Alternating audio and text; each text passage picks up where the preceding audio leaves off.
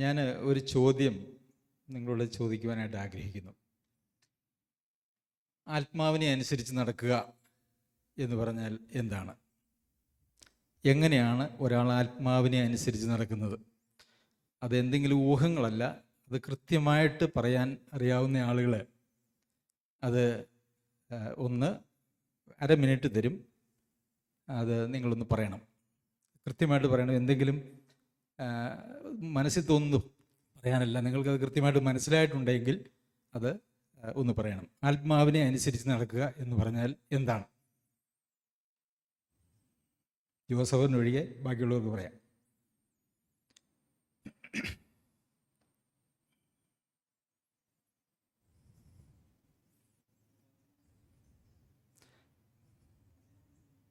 വചനമനുസരിക്കുക, ആത്മാവിനെ അനുസരിച്ച് നടക്കുക എന്ന് പറഞ്ഞാൽ വചനമനുസരിച്ച് നടക്കുക. ഉത്തരം ശരിയാണെന്നാൽ പൂർണ്ണമായിട്ടും ശരിയല്ല.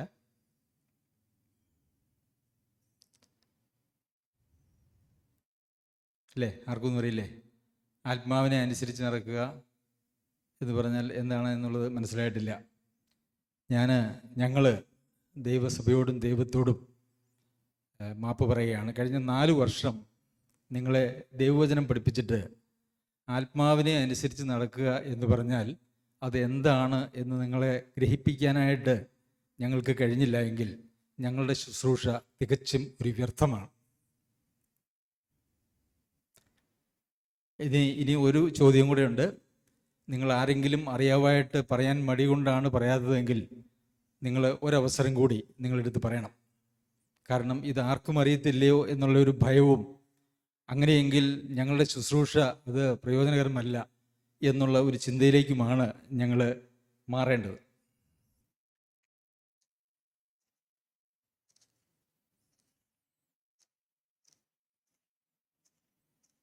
അറിയില്ല. ഞങ്ങൾ ദൈവത്തോടും നിങ്ങളോടും മാപ്പ് പറയുന്നു. പ്രിയമുള്ളവരെ, കഴിഞ്ഞ ആഴ്ച ദൈവവചനത്തിൽ ഞാൻ നിങ്ങളെക്കുറിച്ച് കാര്യങ്ങൾ പഠിപ്പിച്ചിരുന്നു. ആഴക്കുഴിച്ച് അടിസ്ഥാനം ഇട്ടിട്ടുണ്ടോ എന്നുള്ളൊരു ചോദ്യമാണ് ഞാൻ ചോദിച്ചത്. അത് കൂടെ കൂടെ കേൾക്കണം എന്നുള്ളതായ ഒരു ആലോചനയും നിങ്ങളോട് പറഞ്ഞിരുന്നു. അത് പല പ്രാവശ്യം കേട്ട് ദൈവവചന അടിസ്ഥാനം നമ്മളിൽ രൂഢമൂലമായാൽ മാത്രമേ ആ അടിസ്ഥാനത്തിൻ്റെ മുകളിൽ നമുക്ക് പണിയുവാനായിട്ട് സാധിക്കുകയുള്ളൂ. നമ്മളിങ്ങനെ വചനം അവിടുന്ന് ഇവിടുന്നൊക്കെ ഓരോ കഷ്ണം കേൾക്കും. ഇതൊക്കെ എന്തോ ഒരു അവിയൽ പരുവത്തിൽ നമ്മുടെ ഹൃദയത്തിൽ കിടക്കും. ഇത് തമ്മിൽ വേർതിരിച്ച് ചിന്തിക്കാനായിട്ടുള്ള ഒരു പക്വത, ഇനി കേട്ടാൽ അത് ശരിയാണോ തെറ്റാണോ എന്ന് പോലും ചിന്തിക്കാനായിട്ടൊരു പക്വത നമ്മളിൽ ഇല്ലാതെ പോയി നമ്മളുടെ ജീവിതം ആത്മാവിനെ അനുസരിച്ച് ജീവിക്കേണ്ടതായിട്ടുള്ള നമ്മൾ, കർത്താവ് വന്നാലും നമ്മൾ മരിച്ചാലും ആത്മാവിനെ അനുസരിക്കുക എന്ന് പറഞ്ഞാൽ എന്താണ് എന്ന് പോലും അറിയത്തില്ലാത്തതായിട്ടുള്ളൊരവസ്ഥയിൽ വന്നു ചേരും.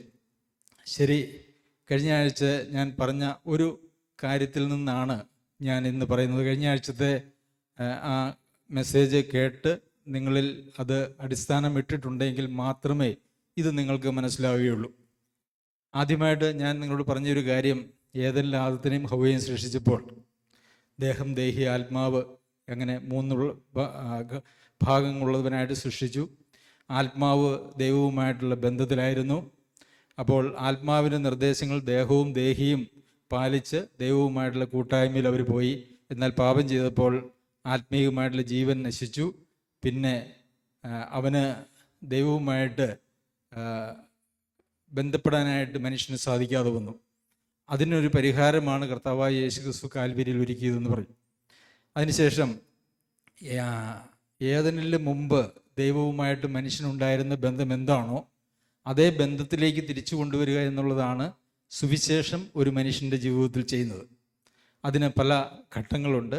ആദ്യമായിട്ട് ഒരാൾ തന്നെ കർത്താവിൻ്റെ രക്തത്താൽ കഴുകപ്പെട്ടവനായി കർത്താവിൻ്റെ നമ്മെ തന്നെ സമർപ്പിച്ച് നമ്മൾ കർത്താവിൻ്റെ ഒരു ദാസനായി, കർത്താവിൻ്റെ ദാസൻ എന്ന് പറഞ്ഞാൽ ശുശ്രൂഷ ചെയ്യുന്ന ആളുകളല്ല, വചനപ്രകാരം അത് കർത്താവിനെ യജമാനായി സ്വീകരിച്ച, യേശുവിനെ കർത്താവായിട്ടോ യജമാനായിട്ടോ സ്വീകരിച്ച എല്ലാവരും കർത്താവിൻ്റെ അല്ലെങ്കിൽ ദൈവത്തിൻ്റെ ദാസന്മാരാണ്. അപ്പോൾ അങ്ങനെ നമ്മുടെ ആത്മാവിന് പുതുജീവൻ, വീണ്ടും ജന്മം പ്രാപിക്കുമ്പോൾ പുതുജീവൻ ലഭിച്ചു.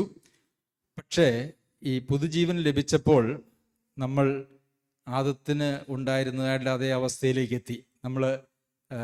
നമ്മുടെ ആ ഒരു ആത്മാവ് ജീവനുള്ളതായിട്ട് തീർന്നു. പക്ഷേ പാപത്തിൻ്റെ ചതിയാൽ മലിനപ്പെട്ട ഒരു ശരീരവും ഒരു ദേഹിയും നമുക്കെല്ലാവർക്കുമുണ്ട്. അത് ആദത്തിനെ സൃഷ്ടിച്ച അവസ്ഥയിൽ ആയിട്ടില്ല. എന്നാൽ ആ ദേഹിയുടെ വീണ്ടെടുപ്പ് എന്ന് പറയുന്നത് നമ്മുടെ സ്വപ്രയത്നത്താൽ സാധ്യമല്ലാത്തതുകൊണ്ട് അത് സാധ്യമാക്കുന്നതിന് വേണ്ടി പരിശുദ്ധാത്മാവിനെ ദൈവം നമ്മളിലേക്ക് അയച്ചു. ഓരോ വീണ്ടും ജന്മം പ്രാപിക്കുന്ന ആളുകളുടെ ഹൃദയത്തിലേക്കും ദൈവം പരിശുദ്ധാത്മാവിനെ അയച്ചു. ആദമിലും ഹവ്വയിലും പരിശുദ്ധാത്മാവിൻ്റെ അധിവാസം ഉണ്ടായിരുന്നില്ല. കാരണം അവരുടെ ജഡത്തിലെ, അവരുടെ ദേഹിയിലെയോ ദേഹത്തിലോ ഒരു മാലിന്യവും ഉണ്ടായിരുന്നില്ല എന്നുള്ളതുകൊണ്ട് പാപത്തിന് മുമ്പ് അങ്ങനെ ഉള്ളതുകൊണ്ട് പരിശുദ്ധാത്മാവിൻ്റെ ഒരു അധിവാസം അവരിൽ ഉണ്ടായിരുന്നില്ല. എന്നാൽ നമ്മളുടെ ദേഹവും ദേഹിയും കളങ്കപ്പെട്ടതായതുകൊണ്ട് അതിൻ്റെ വിശുദ്ധീകരണത്തിന് നമ്മൾ അശക്തരായതുകൊണ്ടും ദൈവം പരിശുദ്ധാത്മാവിൻ്റെ ഒരു അനന്ത ശക്തി നമുക്കെല്ലാവർക്കും ദൈവം നൽകി. അപ്പോൾ ഈ പരിശുദ്ധാത്മാവിൻ്റെ ശക്തിയാലാണ് നമ്മുടെ ജീവിതത്തിൻ്റെ ഓരോ ദിവസവും നമ്മളുടെ രൂപാന്തരം എന്ന് പറയുന്നത്. നമ്മളെക്കൊണ്ട് സാധ്യമല്ല. നമ്മൾ മെസ്സേജുകൾ കേൾക്കുമ്പം നമ്മളെന്താ ചെയ്യാമെന്നറിയാമോ? ഇതിനൊക്കെ ദൈവം വെച്ചിരിക്കുന്നതായിട്ടൊരു വഴികളുണ്ട്. നമ്മളൊരു മെസ്സേജ് കേൾക്കുമ്പോൾ ശരി, ഞാൻ ഇനി മുതൽ ഞാൻ കോപിക്കുകയില്ല, അല്ലെങ്കിൽ ഇനി മുതൽ ഞാൻ ആരോടും പിണങ്ങുകയില്ല എന്നൊക്കെ നമ്മളൊരു തീരുമാനം എടുത്തങ്ങ് പോവും. എന്നാൽ കുറച്ച് കഴിയുമ്പോൾ നമ്മൾ തീരുമാനമൊക്കെ കളഞ്ഞ് നമ്മൾ പഴയ പോലെ തന്നെ ജീവിക്കുന്ന ഒരു അവസ്ഥയിലേക്ക് വരും. കാരണം നമ്മുടെ ദേഹിയിൽ ഒത്തിരി മാലിന്യങ്ങളുണ്ട്. കൊരിന്ത്യർക്ക് ലേഖനം എഴുതുമ്പം രണ്ടാമത്തെ ലേഖനം എന്ന് പറഞ്ഞാൽ യഥാർത്ഥത്തിൽ ഒരു മൂന്നാമത്തെ ലേഖനമാണ്. ഈ മൂന്നാമത്തെ ലേഖനം എഴുതുമ്പോഴും അവിടെ പൗലോസ് അപ്പോസ്തലൻ എഴുതുന്നത് നിങ്ങളുടെ ദേഹത്തിലെയും ആത്മാവിലെയും സകല കന്മഷവും നീക്കി ദൈവഭയത്തിൽ വിശുദ്ധിയെ തികച്ചുകൊള്ളുക എന്നാണ്. അപ്പോൾ ജഡത്തിലെ കന്മഷം നീക്കുക എന്ന് പറയുന്നത് അതൊരു ആജീവനാന്ത പ്രക്രിയയാണ് എന്നുള്ളത് നമ്മൾ മനസ്സിലാക്കണം. അതെങ്ങനെയാണ് നമുക്ക് ഈ ജഡത്തിലെ കന്മഷം നീക്കുവാനായിട്ട് കഴിയുന്നത്? ജഡത്തിൽ എന്തൊക്കെയാണ് ഉള്ളത് എന്നുള്ളത് നമുക്ക് വളരെ വ്യക്തമായിട്ട് അറിയാം. എന്തൊക്കെയാണ് ജഡത്തിലുള്ളത്? നമുക്ക് ഗലാത്യർക്ക് എഴുതിയ ലേഖനത്തിൽ ജഡത്തിൽ എന്തൊക്കെയാണ് ഉള്ളതെന്ന് ഒരു ലിസ്റ്റ് കൊടുത്തിട്ടുണ്ട്. ദുർനടപ്പ്, അശുദ്ധി, ദുഷ്കാമം, വിഗ്രഹാരാധന, ആഭിചാരം, പക, പിണക്കം, ജാരശങ്ക, ക്രോധം, ശാഠ്യം എന്നങ്ങനെ ഒരു ലിസ്റ്റ് തന്നെ അവിടെയുണ്ട്. ഇതൊക്കെ ജഡത്തിൽ ഉള്ളതായിട്ടുള്ള കാര്യങ്ങളാണ്. എങ്ങനെയാണ് ഈ ജഡത്തിലുള്ളതായ ഈ കാര്യത്തെ നീക്കണം?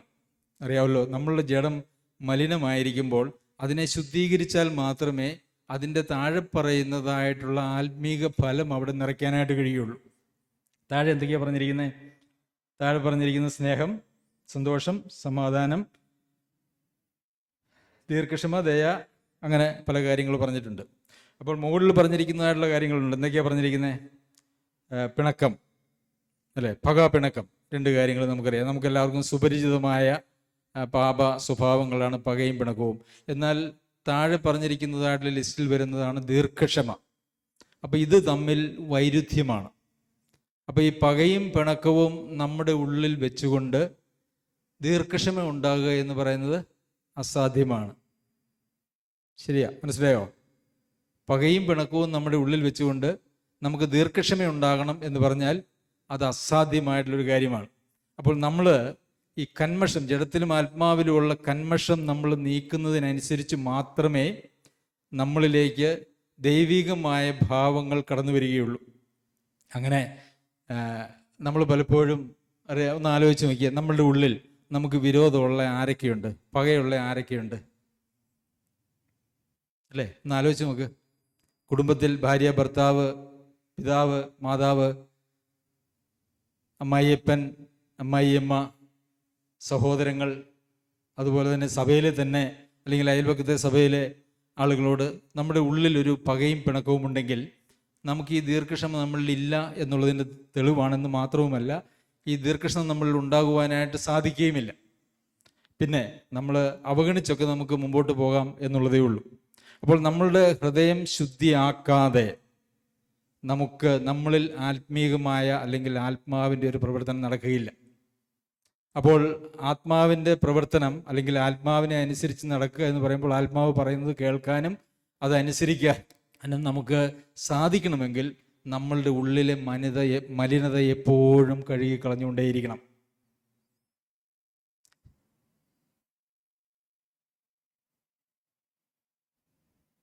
നമ്മൾ എബ്രായ ലേഖനത്തിൽ വായിക്കുന്നത് ദുർമനസാക്ഷി നീങ്ങുമാറ് ഹൃദയത്തിൽ തളിക്കപ്പെട്ടവരും ശുദ്ധവെള്ളത്താൽ ശരീരം കഴുകപ്പെട്ടവരുമായി. അപ്പോൾ നമ്മളിൽ ദുർമനസാക്ഷി ഉണ്ടെങ്കിൽ അത് കഴുകി, അത് തളിക്കപ്പെടുക എന്ന് പറഞ്ഞാൽ തളിച്ച് കഴുകുക എന്നുള്ളതാണ് അതിൻ്റെ അർത്ഥം. അത് കഴുകപ്പെട്ട് നമ്മൾ ദൈവസന്നിധിയിലേക്ക് ചെല്ലണമെന്നുള്ളതാണ്. ഇത് ഒരു രീതിയിലും ഒരു കളങ്കവും ഇല്ലാത്തതായിട്ടുള്ള ആളുകൾ ആരും ഇന്ന് ലോകത്തിലില്ല. അത് വചനം പഠിപ്പിക്കുന്ന ഞങ്ങളാണെങ്കിലും അല്ല ഇത് കേൾക്കുന്ന നിങ്ങളാണെങ്കിലും ആരും ഒരു രീതിയിലുമുള്ള കളങ്കമില്ലാത്തവരല്ല. അപ്പം നമ്മളൊക്കെ എപ്പോഴും നമ്മളുടെ ഉള്ളിൽ ഉണ്ടാവേണ്ട ബോധ്യം എന്ന് പറയുന്നത് എന്താണ്? ഞാൻ കഴുകിക്കളയാൻ ധാരാളം മലിനത ഉള്ള ആളുകളാണ്. അപ്പോൾ അത് കഴുകിക്കളയുമ്പോൾ മാത്രമേ ദൈവത്തിന് നമ്മളിൽ പ്രവർത്തിക്കുവാനായിട്ട് കഴിയുള്ളൂ. അത് കഴുകിക്കളയുക എന്ന് പറഞ്ഞാൽ നമ്മളുടെ മനോഭാവം എന്തായിരിക്കും എന്നറിയാമോ? എൻ്റെ ഉള്ളിൽ പ്രശ്നങ്ങളുണ്ട്, എന്നെ തന്നെ ശുദ്ധീകരിക്കേണ്ടതുണ്ട് എന്ന് ചിന്തിക്കുന്നതായുള്ള ഒരു മനുഷ്യനും മറ്റൊരാളെ വിധിക്കാനോ അല്ലെങ്കിൽ മറ്റൊരാളെ ശ്രേഷ്ഠരായിട്ട് കാണാതിരിക്കാനോ അവർക്ക് കഴിയില്ല. എല്ലാവരും പ്രാധാന്യമുള്ളവരാണ്. ഞാൻ മിടുക്കനും ബാക്കിയുള്ളവരൊക്കെ കുഴപ്പക്കാരനുമാണ് എന്നുള്ളതാണ് പൊതുവേ, അല്ലേ? ഒരു വീട്ടിൽ ഒരു ഭാര്യ ചിന്തിക്കുന്നത് ഞാൻ കുഴപ്പമില്ല, ഭർത്താവും അപ്പനും അമ്മയൊക്കെ ഉണ്ടെങ്കിൽ അവരൊക്കെ കുഴപ്പക്കാരാണെന്ന് ചിന്തിക്കും. ഭർത്താവ് ചിന്തിക്കുന്നത് ഞാൻ കുഴപ്പമില്ല, ഭാര്യയും ബാക്കിയുള്ളവരൊക്കെ കുഴപ്പക്കാരാണ്, മക്കളൊക്കെ കുഴപ്പക്കാരാണ്. ഇത് അല്ലെങ്കിൽ സഭയിൽ ഞാൻ മാത്രം കൊള്ളാം, ബാക്കിയുള്ളവരെല്ലാവരും കുഴപ്പക്കാരാണ് എന്ന് ചിന്തിക്കുന്ന ഒരു മനോഭാവം നമ്മൾ വരുന്നത് എപ്പോഴാണെന്നറിയാമോ? നമ്മളിൽ നമ്മളെക്കുറിച്ചുള്ള അപര്യാപ്തതയുടെ കാഠിന്യം അത് നമുക്കില്ലാത്തത് കൊണ്ടാണ്. പൗലോസ് അപ്പോസ്തലൻ ഫിലിപ്പിയർക്ക് ലേഖനം എഴുതുമ്പോൾ തന്നെക്കുറിച്ചുള്ള പരിജ്ഞാനത്തിൻ്റെ ശ്രേഷ്ഠത നിമിത്തം ഞാൻ എല്ലാം ചവറ് എന്ന് എണ്ണുന്നു നമ്മൾ വായിക്കുന്നുണ്ട്. അപ്പോൾ തന്നെക്കുറിച്ചുള്ള പരിജ്ഞാനത്തിൻ്റെ ശ്രേഷ്ഠത, കർത്താവായ യേശു ക്രിസ്തുവിനെക്കുറിച്ച് അല്ലെങ്കിൽ പിതാവിനെക്കുറിച്ച് നാം എത്രത്തോളം അറിയുന്നുവോ അത്രത്തോളം നമ്മൾ താഴുകയും ദൈവസന്നിധിയിൽ നാം ഒന്നുമല്ലാതായിത്തീരുകയും ചെയ്യും. അങ്ങനെ ഞാൻ ഒന്നുമല്ല എന്ന് ഉള്ള ഒരു മനോഭാവത്തിലേക്ക് ഞാൻ വരുമ്പോഴാണ് മറ്റുള്ളവരെ വിധിക്കാതെ മറ്റുള്ളവരെ ശ്രേഷ്ഠരായി കാണാനായിട്ട് നമുക്ക് സാധിക്കുക. ശരി, നമ്മൾ വിഷയത്തിലേക്ക് വരാം. അപ്പോൾ ഈ താഴ്മയിൽ നിന്നുകൊണ്ട് നമ്മുടെ ഉള്ളിലുള്ള എല്ലാ കളങ്കങ്ങളും നീക്കിയാൽ മാത്രമേ ദൈവാത്മാവ് വചനത്തിലൂടെ നമ്മളോട് സംസാരിക്കുകയുള്ളൂ. ജോസഫരൻ ഇതിനു മുമ്പ് ക്ലാസ്സിലെത്തിയപ്പോഴൊക്കെ സൂചിപ്പിച്ചിട്ടുള്ള ഒരു വാക്ക്, ആത്മാവ് തരുന്ന വചനങ്ങളാൽ, ആത്മാവ് വെളിപ്പെടുത്തുന്ന വചനങ്ങളാൽ എന്ന് പറഞ്ഞത് എനിക്ക് ഓർമ്മയുണ്ട്. ദൈവാത്മാവാണ് നമ്മളിലേക്ക് ദൈവവചനത്തിൻ്റെ വെളിച്ചം വീശിത്തരുന്നത്. പക്ഷെ അത് വീശിത്തരണമെങ്കിൽ നമ്മളുടെ ഉള്ള് ക്ലീൻ ആയിരിക്കണം. ശരി, അങ്ങനെ നമ്മളുടെ ഉള്ളിലെ പ്രശ്നങ്ങളൊക്കെ ഇവിടെ പറഞ്ഞിരിക്കുന്നതായിട്ടുള്ള പ്രശ്നങ്ങളുണ്ട്. അതൊരു മുഴുവൻ പട്ടികയൊന്നുമല്ല. അതല്ലാതെ തന്നെ ധാരാളം നമുക്കറിയാം. നമ്മളിലുള്ള എല്ലാ കുറവുകളെക്കുറിച്ചും നമ്മൾ പൊതുവെ ബോധവാന്മാരാണ്.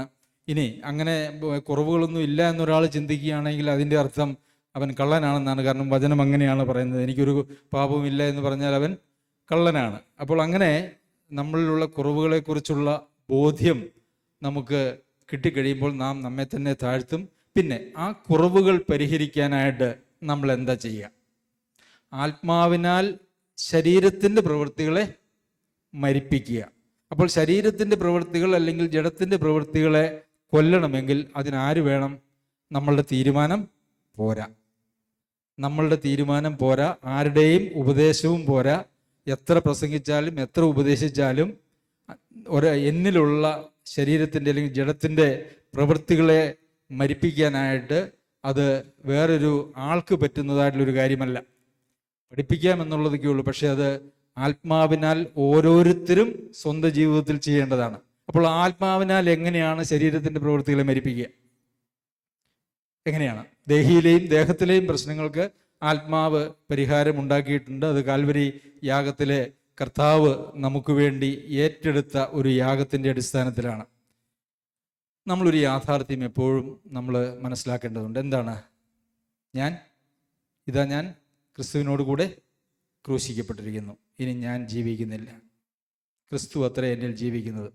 ഇനി ഞാൻ ജീവിക്കുന്നതോ എനിക്ക് വേണ്ടി ജീവൻ തന്ന, മരിച്ച ഉയർത്തെഴുന്നേറ്റ് ജീവൻ തന്നവനായിട്ടുള്ള കർത്താവായ യേശു ക്രിസ്തുവിലുള്ള വിശ്വാസത്താൽ അത്രേ. അപ്പോൾ ഞാൻ മരിച്ചു, ക്രൂശിക്കപ്പെട്ടു.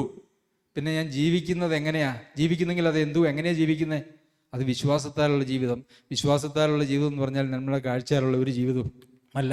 അപ്പോൾ ഞാൻ മരിച്ചു എന്നുള്ളൊരു യാഥാർത്ഥ്യത്തെ നാം എപ്പോഴും അങ്ങനെ എണ്ണുവിൻ. നീതിക്ക് ദാസന്മാരായി തീർന്നു നമ്മളെ തന്നെ എണ്ണേണ്ടതായിട്ടൊരു ആവശ്യമുണ്ട്. അത് നമ്മുടെ ജീവിതത്തിൽ എപ്പോഴും ഒരു യാഥാർത്ഥ്യമായി നമ്മുടെ മനസ്സിലിരിക്കേണ്ടതായിട്ടുള്ള, നമ്മുടെ ഹൃദയത്തിലിരിക്കേണ്ടതായിട്ടുള്ള ഒരു കാര്യമാണ്. അപ്പോൾ ആത്മാവിനാലാണല്ലോ ശരീരത്തിൻ്റെ പ്രവൃത്തികളെ മരിപ്പിക്കേണ്ടത്. എനിക്ക് ഒരാളോട് വലിയ പകയുണ്ട്, കോപമുണ്ട്, അല്ലെങ്കിൽ അസൂയയുണ്ട്, പിണക്കമുണ്ട്. എന്താ നമ്മൾ പറയുക? കർത്താവേ, ഞാനില്ല, ഞാൻ മരിച്ചു, ഞാൻ നിന്നോടുകൂടി ക്രൂശിക്കപ്പെട്ടവനാണ്, എന്നിൽ ഇങ്ങനെയൊരു പ്രശ്നം എനിക്കുണ്ട്, എനിക്കത് സാധിക്കുന്നില്ല, അങ്ങയുടെ കൃപ എനിക്ക് തരണം.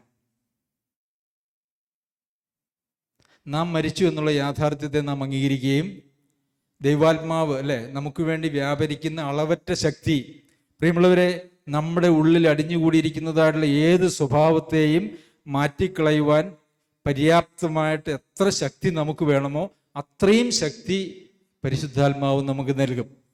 ആത്മാവിനാൽ ശരീരത്തിൻ്റെ പ്രവൃത്തികളെ മരിപ്പിക്കുക എന്ന് പറഞ്ഞാൽ വേറെ ഒരു മാർഗവും ഈ ലോകത്തിലില്ലാതിരിക്കെ എൻ്റെ ശരീരത്തിൻ്റെ പ്രവൃത്തികളെ, എൻ്റെ മോഹങ്ങളെയൊക്കെ എനിക്ക് മരിപ്പിക്കാനായിട്ട് ആത്മാവിൻ്റെ ശക്തി പോരാ എന്നും, അല്ലെങ്കിൽ അതിനപ്പുറം ഒരു ശക്തി വേണമെന്നും പറയാനായിട്ട് നമുക്ക് കഴിയില്ല.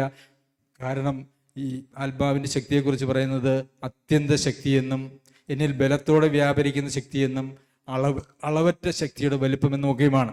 അപ്പോൾ നാം മനസ്സിലാക്കേണ്ടതായിട്ടുള്ളൊരു കാര്യം, നമ്മളുടെ ശുദ്ധീകരണത്തിന് ആവശ്യമായിട്ടുള്ള ശക്തി നമുക്ക് പരിശുദ്ധാത്മാവ് നമ്മളുടെ ജീവിതത്തിൽ തരും. ശരി, നാം നമ്മളിലുള്ള പാപത്തെ താലോലിക്കുകയോ ന്യായീകരിക്കുകയോ ചെയ്യുന്ന ആളുകളാണോ? അതെയോ അത് ക്രിസ്തുവിനോടുകൂടെ വസിക്കുന്ന, ക്രിസ്തുവിനോട് ചേർന്ന, എന്നിൽ ഒരിക്കലും ഒരു നിമിഷം പോലും ഇരിക്കാൻ പറ്റാത്തതായിട്ടുള്ള ഒരു പ്രശ്നമായി പരിഗണിച്ച് അതിനെ എൻ്റെ ഹൃദയത്തിൽ നിന്നും അതിനെ മാറ്റേണ്ടതിന് വേണ്ടി പരിശുദ്ധാത്മാവിൻ്റെ കൃപയ്ക്കും ശക്തിക്കും വേണ്ടി യാചിക്കുന്നവരാണോ?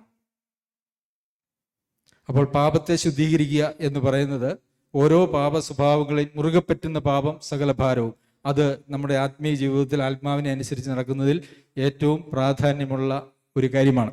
പിന്നെ ആത്മാവിനെ അനുസരിച്ച് നടക്കുന്നു എന്ന് പറയുമ്പോൾ രണ്ടാമത്തെ പ്രധാനപ്പെട്ട കാര്യം എന്ന് പറയുന്നത്, ആത്മാവ് നമുക്കറിയാം ദൈവാത്മാവിനാൽ നിവേശിതമാണ് ദൈവത്തിൻ്റെ വചനം. ദൈവത്തിൻ്റെ വചനം നമ്മുടെ ഹൃദയങ്ങളിലേക്ക് പ്രകാശിപ്പിക്കുന്നത് ദൈവാത്മാവാണ്.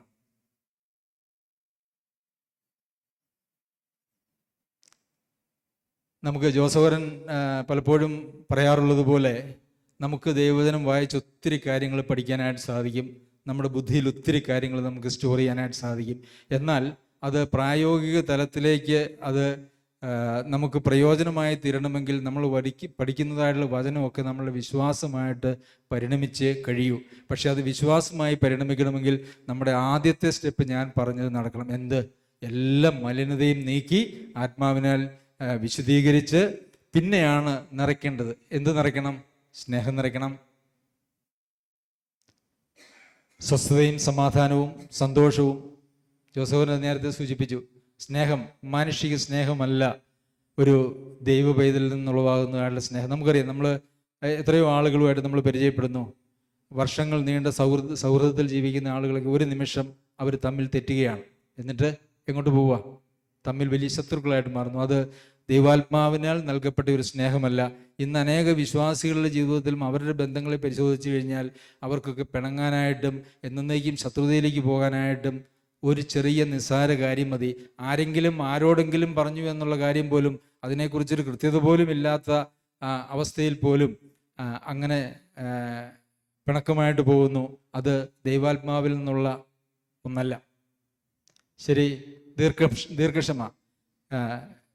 ഞാൻ എന്നിൽ കോപവും അതുപോലെ തന്നെ വാശിയും വൈരാഗ്യവും ഒക്കെ നിലനിർത്തിക്കൊണ്ടാണ് ഞാൻ ജീവിക്കുന്നതെങ്കിൽ, ദീർഘക്ഷമ എന്നിൽ ഇല്ലെങ്കിൽ ദൈവാത്മാവിന് നമ്മളിലൊന്നും ചെയ്യാൻ കഴിയില്ല എന്ന് ഞാൻ നേരത്തെ പറഞ്ഞുവല്ലോ. അപ്പോൾ ദൈവവചനത്തിൻ്റെ പ്രകാശനം നമ്മളുടെ ഹൃദയങ്ങളിലേക്ക് നൽകി നമ്മൾ പരിജ്ഞാനത്തിൽ വർദ്ധിച്ചു വരണം. നമ്മൾ സദൃശവാക്യങ്ങൾ പഠിച്ചുകൊണ്ടിരിക്കുകയാണ്. പരിജ്ഞാനം, വിവേകം, ജ്ഞാനം. യഥാർത്ഥത്തിൽ സദൃശവാക്യങ്ങളുടെ പുസ്തകത്തിലെ കേന്ദ്ര വിഷയം എന്ന് പറയുന്നത് ഈ 3 വാക്കുകളാണ്: വിവേകം, പരിജ്ഞാനം, ജ്ഞാനം. അത് മനുഷ്യന് ലഭിക്കേണ്ടതായിട്ടുള്ള പ്രാധാന്യമാണ് യഥാർത്ഥത്തിൽ അവിടെ നമുക്ക് കാണാനായിട്ട് കഴിയുന്നത്. അപ്പോൾ നമ്മൾ പരിജ്ഞാനം പ്രാപിക്കണം. അത് വചനത്തിലൂടെ ദൈവം നമ്മളുടെ ഹൃദയങ്ങളിലേക്ക് പകരുന്നതായിട്ടുള്ള ഒരു കാര്യമാണ് പരിജ്ഞാനം എന്ന് പറയുന്നത്. ഫിലിപ്പിയർക്ക് എഴുതിയ ലേഖനം 3-ാം അധ്യായത്തിലെ 16-ാമത്തെ വാക്യത്തിൽ നാം വായിക്കുന്ന ഇപ്രകാരമാണ്: എന്നാൽ നാം പ്രാപിച്ചിരിക്കുന്ന പരിജ്ഞാനം തന്നെ അനുസരിച്ച് നടക്കുക. നാം പ്രാപിച്ചിരിക്കുന്ന പരിജ്ഞാനം തന്നെ അനുസരിച്ച് നടക്കുക, അല്ലേ? ആത്മാവിനെ അനുസരിച്ച് നടക്കുക എന്ന് പറയുന്നു. നാം പ്രാപിച്ചിരിക്കുന്ന പരിജ്ഞാനം തന്നെ അനുസരിച്ച് നടക്കുക. അതെങ്ങനെയാ 2 കാര്യത്തെ അനുസരിച്ച് ഒരാൾക്ക് ജീവിക്കാൻ പറ്റുക? വചനത്തിൽ തന്നെ പറഞ്ഞിരിക്കുന്നതാണ്. അപ്പോൾ ഇത് രണ്ടും രണ്ടല്ല എന്നുള്ളതാണ് നമുക്ക് അവിടെ നിന്ന് മനസ്സിലാക്കാനായിട്ട് കഴിയുന്നത്. ആത്മാവിനെ അനുസരിച്ച് നടക്കുക എന്ന് പറഞ്ഞാൽ ആത്മാവ് നമ്മളുടെ ഹൃദയങ്ങളിലേക്ക് പ്രകാശിപ്പിച്ചിരിക്കുന്ന വചനം, അത് നമ്മളുടെ വിശ്വാസമായി പരിണമിക്കുമ്പോൾ അത് പരിജ്ഞാനമായി തീരുന്നു. വിശ്വാസമായി പരിണമിക്കാത്ത എല്ലാ അറിവും അത് ജ്ഞാനമായിട്ട് നിൽക്കും. ആ ജ്ഞാനം നമുക്കൊരു പ്രയോജനവും ചെയ്യുന്നതല്ല. എന്നാൽ വിശ്വാസമായി പരിണമിച്ചതായിട്ടുള്ള ദൈവിക സന്ദേശങ്ങൾ, അത് നമ്മളുടെ പരിജ്ഞാനം. ആ പരിജ്ഞാനമാണ് നമ്മളെ ജീവിതത്തിൽ ഓരോ സാഹചര്യങ്ങളിലും നടത്തേണ്ടത്. റോമർക്ക് ലേഖനം എഴുതുമ്പോഴും പൗലോസ് അപ്പോസ്തലൻ അത് തന്നെയാണ് പറയുന്നത്: നന്മയും പ്രസാദവും പൂർണ്ണതയുമുള്ള ദൈവഹിതം ഇന്നതെന്ന് തിരിച്ചറിയേണ്ടതിന് മനസ്സ് പുതുക്കി രൂപാന്തരപ്പെടുവിൻ. നന്മയും പ്രസാദവും പൂർണ്ണതയുമുള്ള ദൈവഹിതം ഇന്നതെന്ന് തിരിച്ചറിയേണ്ടതിന് നിങ്ങൾ പ്രാർത്ഥിക്കുമെന്നാണോ പറഞ്ഞേക്കുന്നത്? നിങ്ങൾ ശുശ്രൂഷകന്മാരോട് ചോദിക്കാനാണോ പറഞ്ഞേ? ആത്യന്തികമായിട്ട് ഇതൊക്കെ നമുക്ക് പ്രാർത്ഥന അതിനകത്ത് വേണം. നമുക്ക് പരിജ്ഞാനമുള്ളവരോട് ചോദിക്കാനായിട്ട് സാധിക്കും. പക്ഷേ വചനത്തിൽ നമ്മളോട് പറഞ്ഞിരിക്കുന്നതായിട്ടുള്ള കാര്യം എന്താണ്? നിങ്ങൾ രൂപാന്തരപ്പെടുക, മനസ്സ് പുതുക്കി രൂപാന്തരപ്പെടുക. ദൈവത്തിൻ്റെ ഇഷ്ടം എന്താണ് എന്നുള്ളതിന് നമ്മൾ ഈ മനസ്സ് പുതുക്കി രൂപാന്തരപ്പെടുന്നത് യഥാർത്ഥത്തിൽ പരിശുദ്ധാത്മാവിൻ്റെ പ്രവർത്തനമാണ്. അത് വചനത്തിലൂടെ നമുക്ക് നൽകുന്നതായുള്ള പരിജ്ഞാനത്തിൻ്റെ ഫലവുമാണ്. അപ്പോൾ നമ്മളിൽ എത്രത്തോളം പരിജ്ഞാനമുണ്ട്, നമ്മളിൽ എത്രത്തോളം ജ്ഞാനമുണ്ട് എന്നുള്ളതല്ല. നേരത്തെ സഹോദരൻ സൂചിപ്പിച്ചതുപോലെ നമ്മളിലുള്ളതായിട്ടുള്ള ജ്ഞാനം അത് നമ്മളെ നിഗളികളാക്കുന്നു, ചീർപ്പിക്കുന്നു, നമ്മളെ അത് മരണത്തിലേക്ക് കൊണ്ടുപോകുന്നു. എന്നാൽ നമ്മളിലുള്ളതായിട്ടുള്ള പരിജ്ഞാനം, അതായത് വിശ്വാസമായി പരിണമിച്ചതായിട്ടുള്ള ജ്ഞാനം, അത് നമ്മെ അനുദിനം നടത്തും. അപ്പോൾ അതാണ് നിങ്ങൾ പ്രാപിച്ചിരിക്കുന്ന പരിജ്ഞാനം എന്ന് പറയുന്നത്. കൊരിന്ത്യർക്ക് എഴുതിയ ലേഖനത്തിലും അവനിൽ നിങ്ങൾ സകലത്തിലും, വിശേഷാൽ സകല വചനത്തിലും സകല പരിജ്ഞാനത്തിലും സമ്പന്നരായി തീർന്നിരിക്കുന്നു. സകല വചനത്തിലും സകല പരിജ്ഞാനത്തിലും നിങ്ങൾ സമ്പന്നരായി തീർന്നിരിക്കുന്നു. പ്രിയമുള്ളവരെ, സകല മനുഷ്യരും രക്ഷിക്കപ്പെടുവാനും സത്യത്തിൻ്റെ പരിജ്ഞാനത്തിലെത്തുവാനും അവൻ ഇച്ഛിക്കുന്നു. നമ്മളെക്കുറിച്ചുള്ള ദൈവിക പരിപാടി എന്ന് പറയുന്നത് നമ്മളെല്ലാവരും രക്ഷിക്കപ്പെടുക എന്നുള്ളതല്ല, സത്യത്തിൻ്റെ പരിജ്ഞാനത്തിൽ നമ്മൾ എത്തുക. ഈ സത്യത്തിൻ്റെ പരിജ്ഞാനത്തിൽ നമ്മൾ എത്തണമെങ്കിൽ ഈ ദൈവവചനം നമ്മൾ കേൾക്കുന്നത് നമ്മളുടെ പരിജ്ഞാനമായിട്ട് മാറണം. എന്ന് വെച്ചാൽ അത് നമ്മളുടെ വിശ്വാസമായിട്ട് പരിണമിക്കണം. ശരി, അപ്പോൾ നമ്മളുടെ മലിനതകളെ നീക്കിയാൽ മാത്രമേ അതിനുള്ള ഗ്രൗണ്ട് പ്രിപ്പറേഷൻ എന്ന് വെച്ചാൽ അതിൻ്റെ തടം തുറക്കും. നമ്മൾ കൃഷിയൊക്കെ ചെയ്യുമ്പം പച്ചക്കറിയൊക്കെ നടുമ്പോൾ നമ്മൾ തടം തുറക്കും, ഇല്ലേ? എന്തിനാ? അത് അതിൻ്റെ ആദ്യപടിയാണ് എന്ന് പറഞ്ഞതുപോലെ ഈ ആദ്യപടിയായിട്ട് ചെയ്യേണ്ടത് നമ്മളുടെ മലിനതകളെ നീക്കുക എന്നുള്ളതാണ്. നമ്മളിൽ നിറഞ്ഞിരിക്കുന്നത് ഈ ജഡത്തിൻ്റെ പ്രവൃത്തികളാണ്. നമ്മളൊരു ഗ്ലാസ് വെച്ചു, ഗ്ലാസ്സിൽ എന്തെങ്കിലും ഒന്ന് നിറച്ച് വെച്ച് കഴിഞ്ഞാൽ പിന്നെ അതിൽ ഒഴിവാക്കിയാൽ മാത്രമേ പിന്നെ എന്തെങ്കിലും അതിനകത്ത് നിറയ്ക്കുവാനായിട്ട് നമുക്ക് സാധിക്കുകയുള്ളൂ, അല്ലേ? എന്ന് പറഞ്ഞതുപോലെ ഇതൊക്കെ ഒഴിവാക്കിയാൽ മാത്രമേ നമ്മളിൽ എന്തെങ്കിലും നിറയ്ക്കാനായിട്ട് സാധിക്കുകയുള്ളൂ. അപ്പോൾ ആദ്യത്തെ പരിപാടി, പ്രിയമുള്ളവരെ, ആത്മാവിനെ അനുസരിച്ച് നടക്കേണ്ടത് ആദ്യത്തെ പരിപാടി എന്ന് പറയുന്നത് നമ്മളിലുള്ള മലിനതകളെക്കുറിച്ച് മാനസാന്തരം. അപ്പോൾ ഈ മാനസാന്തരം എന്ന് പറയുന്നത് ഒരു ആജീവനാന്ത മനോഭാവമാണ്. കാരണം നമ്മളിൽ പാപത്തിൻ്റെ അംശം നിലനിൽക്കുന്നിടത്തോളം കാലം, അതായത് കർത്താവിൻ്റെ വരവ് വരെയോ അല്ലെങ്കിൽ നമ്മുടെ മരണം വരെയോ നമ്മളിൽ ഉളവായിരിക്കേണ്ട, നമ്മളിൽ ഉണ്ടാകേണ്ടതായിട്ടുള്ള മനോഭാവമാണ് ഈ മാനസാന്തരത്തിൻ്റെ മനോഭാവം എന്ന് പറയുന്നത്. അപ്പോൾ മാത്രമേ ദൈവാത്മാവിൻ്റെ കൃപ നമുക്ക് ആവശ്യമുള്ളൂ, നമുക്ക് ലഭിക്കുകയുമുള്ളൂ. നമുക്ക് ആവശ്യം മാനസാന്തരം, എനിക്ക് മാനസാന്തരം ആവശ്യമില്ലെന്ന് പറഞ്ഞാൽ അതിൻ്റെ അർത്ഥം പരിശുദ്ധാത്മാവിൻ്റെ പ്രവർത്തനം എനിക്ക് ആവശ്യമില്ലെന്നാണ്. അപ്പോൾ മാനസാന്തരം നമ്മൾ ഉണ്ടായിരിക്കുന്നിടത്തോളം കാലം മാത്രമേ നമുക്ക് പരിശുദ്ധാത്മാവിനെ കൊണ്ട് ആവശ്യമുള്ളൂ. അതുപോലെ തന്നെ പരിശുദ്ധാത്മാവിനെ നമ്മൾ എന്തെങ്കിലും ചെയ്യുവാനായിട്ടും കഴിയുള്ളൂ. അപ്പോൾ നമ്മൾ പരിജ്ഞാനം ഉണ്ടാവണം എന്ന് നമുക്ക് ഇഷ്ടം പോലെ വാക്യങ്ങൾ, ഈ പരിജ്ഞാനം എന്നുള്ളതായിട്ടുള്ള വാക്ക് നമ്മൾ വായിച്ചാൽ ക്രിസ്തുവിനെക്കുറിച്ചുള്ള പരിജ്ഞാനമെന്നും അല്ലെങ്കിൽ ദൈവത്തെക്കുറിച്ചുള്ള പരിജ്ഞാനമെന്നും നമ്മളിൽ നാം നേടേണ്ടതായിട്ടുള്ള പരിജ്ഞാനവുമെന്ന് നമുക്ക് കാണുവാനായിട്ട് കഴിയും. ജ്ഞാനം നേടേണ്ടതിനെക്കുറിച്ചല്ല, പരിജ്ഞാനം നേടേണ്ടതിനെക്കുറിച്ചാണ്, അല്ലെങ്കിൽ വിവേകം നേടേണ്ടതിനെക്കുറിച്ചാണ്. അതുമാത്രമേ നമുക്ക് പ്രയോജനം ചെയ്യുകയുള്ളൂ. ശരി, പിന്നെ ദൈവാത്മാവ് നമ്മളോട് എക്സെപ്ഷണലായിട്ടുള്ള, അല്ലെങ്കിൽ വളരെ പ്രത്യേകമായിട്ടുള്ള സാഹചര്യങ്ങളിൽ ദൈവം പരിശുദ്ധാത്മാവ് നമ്മളോട് പ്രത്യേകമായിട്ടും ഇടപെടും. അതിന് ഉദാഹരണങ്ങൾ നമുക്ക് കാണുവാനായിട്ട് കഴിയും. പരിശുദ്ധാത്മാവ് ചിലയിടത്തേക്ക് പോകുന്നത് തടഞ്ഞതിനെക്കുറിച്ചും ചിലയിടത്തേക്ക് പറഞ്ഞു വിട്ടതിനെക്കുറിച്ചും ഒക്കെ നമുക്ക് കാണുവാനായിട്ട് സാധിക്കും. അത് എല്ലായ്പ്പോഴും ഇപ്പോൾ രാവിലെ എഴുന്നേറ്റിട്ട് പരിശുദ്ധാത്മാവെ ഞാൻ ഇന്ന് എന്താ ചെയ്യേണ്ടത്, ഞാൻ ആദ്യം എന്താ ചെയ്യേണ്ടത് എന്ന് ചോദിക്കുന്ന ചോദ്യമല്ല. അതൊക്കെ നമ്മുടെ പരിജ്ഞാനത്തിൽ നാം സമ്പാദിക്കേണ്ടതായിട്ടുള്ള കാര്യങ്ങളാണ്. എന്നാൽ നമ്മുടെ പരിജ്ഞാനത്തിനപ്പുറം നാം ദൈവവഴികളിൽ നടക്കുമ്പോൾ നമ്മെ ഒരിടത്തേക്ക് അയക്കാനും നമ്മെ ഒരിടത്തേക്ക് പോകുന്നതിൽ നിന്നും തടയാനുമുള്ള ഒരു ദൈവിക പ്രവൃത്തി ഉണ്ട് തൻ്റെ ആത്മാവിലൂടെ.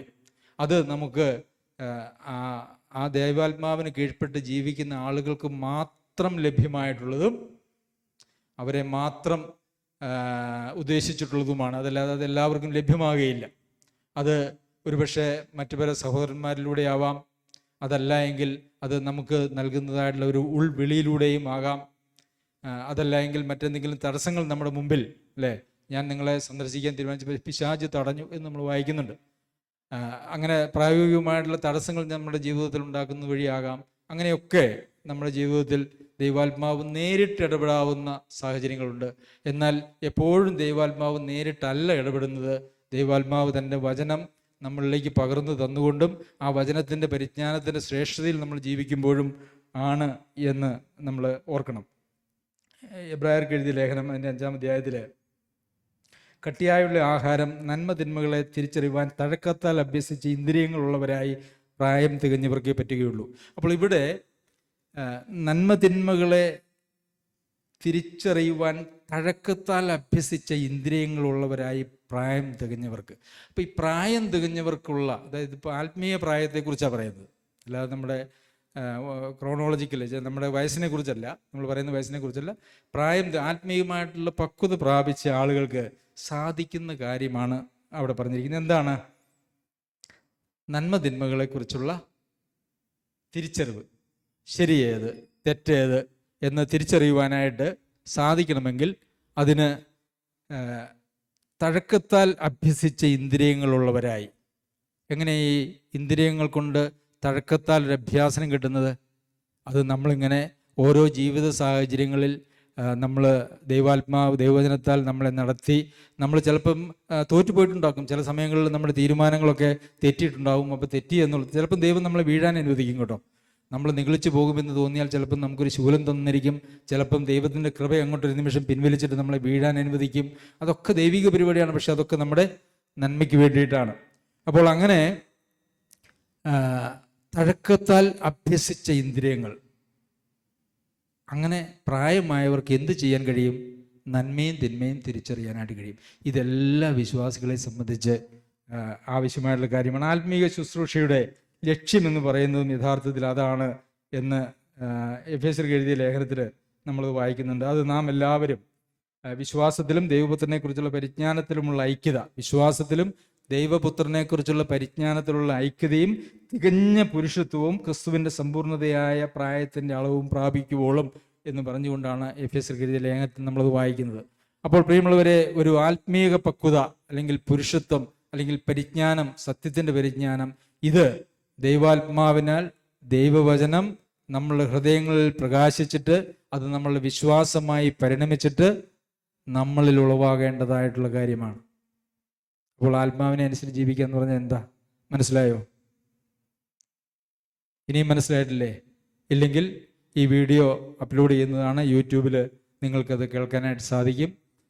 അതുപോലെ തന്നെ നമ്മുടെ മനസാക്ഷിയെക്കുറിച്ച് നമ്മൾ പറയും. നമ്മളെല്ലാവരും മനസാക്ഷിയെക്കുറിച്ച് ചിന്തിക്കുന്നുണ്ടല്ലേ? എന്താണ് യഥാർത്ഥത്തിലുള്ള മനസാക്ഷി?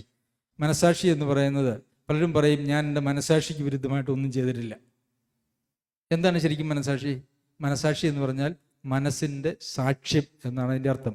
അത് നമ്മുടെ ദേഹിയിൽ ഉള്ളതായിട്ടുള്ള ഒരു ദൈവം വെച്ചിരിക്കുന്നതായിട്ടുള്ളൊരു ക്രമീകരണമാണ്. ഈ മനസാക്ഷി എന്ന് പറഞ്ഞു കഴിഞ്ഞാൽ, മനസാക്ഷി നമ്മളെ തോന്നിച്ചു എന്നുള്ളതൊന്നും അത് ദൈവവചനമാണെന്നുള്ളതോ ആത്മാവിൻ്റെ ഉത്തരവാണെന്നോ ഗൈഡൻസ് ആണെന്നോ നമ്മൾ തെറ്റിദ്ധരിക്കാനായിട്ട് ആവശ്യമില്ല. നമ്മുടെ മനസ്സിൽ തോന്നുന്നു, മനസ്സ് സാക്ഷ്യം പറയുന്നു. നമ്മുടെ മനസാക്ഷിയെക്കുറിച്ച് പറയുമ്പോൾ തന്നെ നമ്മൾ എബ്രായ ലേഖനത്തിൽ ദുർമനസാക്ഷി നീങ്ങുമാർ ഹൃദയങ്ങളിൽ തളിക്കപ്പെട്ടവർക്കും, അതായത് വിശ്വാസികളായിട്ടുള്ള ആളുകൾക്കും ദുർമനസാക്ഷി സാധ്യമായതുകൊണ്ടാണല്ലോ ഈ മനസാക്ഷി രൂപപ്പെടുന്നത്. നമ്മൾ ജനിച്ച് ജീവിച്ചതായിട്ടുള്ള സാഹചര്യങ്ങൾ നമ്മെ ഒരു പ്രത്യേക രീതിയിൽ ചിന്തിക്കാൻ പര്യാപ്തമാക്കുന്നതാണ്. ഞാനിതിനു മുമ്പ് ഉദാഹരണം പറഞ്ഞിട്ടുണ്ടെന്ന് തോന്നുന്നു. വീരപ്പനെ കുറിച്ച് പറഞ്ഞാൽ, വീരപ്പനെ ദൈവമായി കാണുന്ന ഒരു വലിയ ജനക്കൂട്ടം ആ നാടുകളിലുണ്ട്. എന്തുകൊണ്ടാണ് വീരപ്പനെ പോലീസിന് പിടിക്കാൻ പറ്റാതിരുന്നു എന്നറിയാമോ? വീരപ്പനെ വലിയ ഒരു നല്ല മനുഷ്യനായിട്ട് കണ്ട് വീരപ്പൻ്റെ കൂടെ നിന്നതായിട്ടുള്ള ഒരു വലിയ ജനക്കൂട്ടമുണ്ടായിരുന്നു. വീരപ്പൻ്റെ ചിന്ത എന്താണെന്നറിയാമോ? ഈ വലിയ ധനവാന്മാരെയും അതുപോലെ തന്നെ ആനക്കൊമ്പോ ചന്ദനം എന്താണെന്നാലും വെട്ടിക്കടത്തി അതൊക്കെ സാധുക്കളായിട്ടുള്ള ആളുകൾക്ക് കൊണ്ട് കൊടുത്ത് സാധുക്കളെ സംരക്ഷിക്കുക. അദ്ദേഹത്തിൻ്റെ മനസാക്ഷിയിൽ ആ ചെയ്യുന്നത് ഒരു കുഴപ്പവുമില്ല.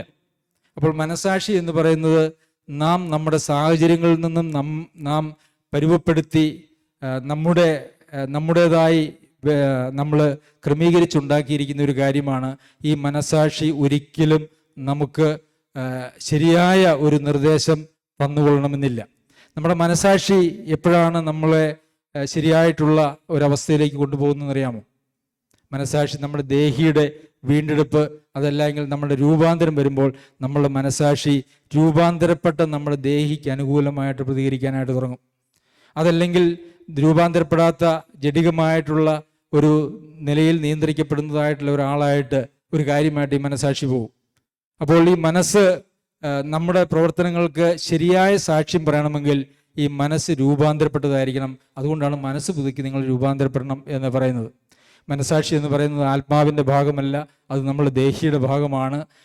അത് നമ്മൾ ഈ ദൈവവചനം നമ്മൾ പഠിക്കുകയും അത് നമ്മൾ ധ്യാനിക്കുകയും അത് നമ്മൾ ഉൾക്കൊള്ളുകയും ആത്മാവിൽ ഉൾക്കൊള്ളുകയും അങ്ങനെ നമ്മൾ മുമ്പോട്ട് പോകുമ്പോൾ നമ്മളിൽ ഒരു ശുദ്ധ മനസാക്ഷി, പൗലോസ് അപ്പോസ്തലൻ തന്നെ കുറിച്ച് പറയുന്നതാണ് ശുദ്ധ മനസാക്ഷി.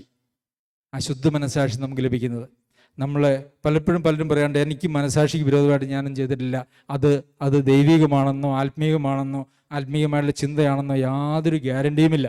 കാരണം ദുർമനസാക്ഷി നീങ്ങുമാർ ഹൃദയത്തിൽ തളിക്കപ്പെടുമെന്ന് പറഞ്ഞിട്ടുണ്ടല്ലോ. അപ്പോൾ ഇതൊക്കെ നമ്മൾ മനസ്സിലാക്കേണ്ടതായിട്ടുള്ള ആവശ്യമുണ്ട്. അപ്പോൾ എങ്ങനെയാണ് ആത്മാവിനെ അനുസരിച്ച് നടക്കേണ്ടത്?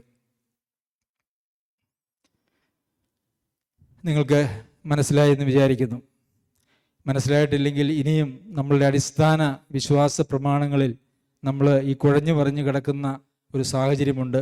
അതുകൊണ്ട് അടിസ്ഥാനം ഉറപ്പിച്ചാൽ മാത്രമേ നമുക്കതിന് മുകളിലേക്ക് എന്തെങ്കിലും ആത്മീയമായിട്ടുള്ള വളർച്ചയോ പുരോഗതിയോ നമ്മുടെ ജീവിതത്തിൽ കൊണ്ടുവരാനായിട്ട് സാധിക്കുകയുള്ളൂ. ഞങ്ങളുടെ കുറവുകളെ, ഞങ്ങളുടെ പരാജയങ്ങളെ ഞങ്ങൾ പരസ്യമായിട്ട് സമ്മതിക്കുന്നു. പ്രിയമുള്ളവരെ, ഇതൊന്നും നമ്മളെ നിരാശപ്പെടുത്തേണ്ടതായിട്ടുള്ള ആവശ്യമില്ല. ഞാൻ നേരത്തെ പറഞ്ഞതുപോലെ ഒത്തിരി ചപ്പ് ചവറ് പാരമ്പര്യ കാര്യങ്ങളൊക്കെ നമ്മുടെ ജീവിതത്തിലുണ്ട്, നമ്മുടെ ഹൃദയത്തിലുണ്ട്. അതൊക്കെ നമ്മുടെ ദേഹി നമ്മെ നിയന്ത്രിക്കുന്ന ഒരു കാര്യത്തിലാണ്, അല്ലെങ്കിൽ രീതിയിലാണ്. ജഡികന്മാർ എന്നുള്ള നിലയിലാണ് നമ്മൾ പലപ്പോഴും മുമ്പോട്ട് പോകാറുള്ളത്. ജഡികന്മാരായി ജീവിക്കുക എന്ന് പറഞ്ഞാൽ ശേഷൻ മനുഷ്യരെ പോലെ, നമ്മളതിനെക്കുറിച്ച് പഠിച്ചതാണ്. ശേഷം മനുഷ്യരെ പോലെ എന്ന് പറഞ്ഞാൽ ലോകത്തിൽ രക്ഷിക്കപ്പെടാത്ത ആളുകളെ പോലെ ജീവിക്കുകയാണ് യഥാർത്ഥത്തിൽ ജഡികന്മാരായിട്ട് ജീവിക്കുക എന്ന് പറയുന്നത്. ഈ ജഡത്തിൻ്റെ ഇഷ്ടത്തിനനുസരിച്ച് ജീവിക്കുക എന്ന് പറയുന്നത്. അപ്പോൾ ആത്മാവിൻ്റെ ഇഷ്ടത്തിനനുസരിച്ച് ജീവിക്കുക, ആത്മാവിനെ അനുസരിച്ച് നടക്കുക എന്ന് നമുക്ക് അറിയത്തില്ല എങ്കിൽ പിന്നെ അറിയത്തില്ലാത്തൊരു ജീവിതം നമുക്ക് നയിക്കുവാനായിട്ട് കഴിയുമോ? നമുക്കറിയത്തില്ലാത്തൊരു ജീവിതം നമുക്ക് നയിക്കുവാനായിട്ട് കഴിയുമോ? നമ്മെ തന്നെ ശുദ്ധീകരിക്കാം. പ്രിയമുള്ളവരെ, നമ്മെ തന്നെ ശുദ്ധീകരിക്കാം. ജഡത്തിലെയും ആത്മാവിലെയും സകല കന്മഷവും ശ്രദ്ധിക്കണം. സകല, അതായത് ഒന്നിനും അവിടെ സ്ഥാനമുണ്ടാകാനായിട്ട് പാടില്ല.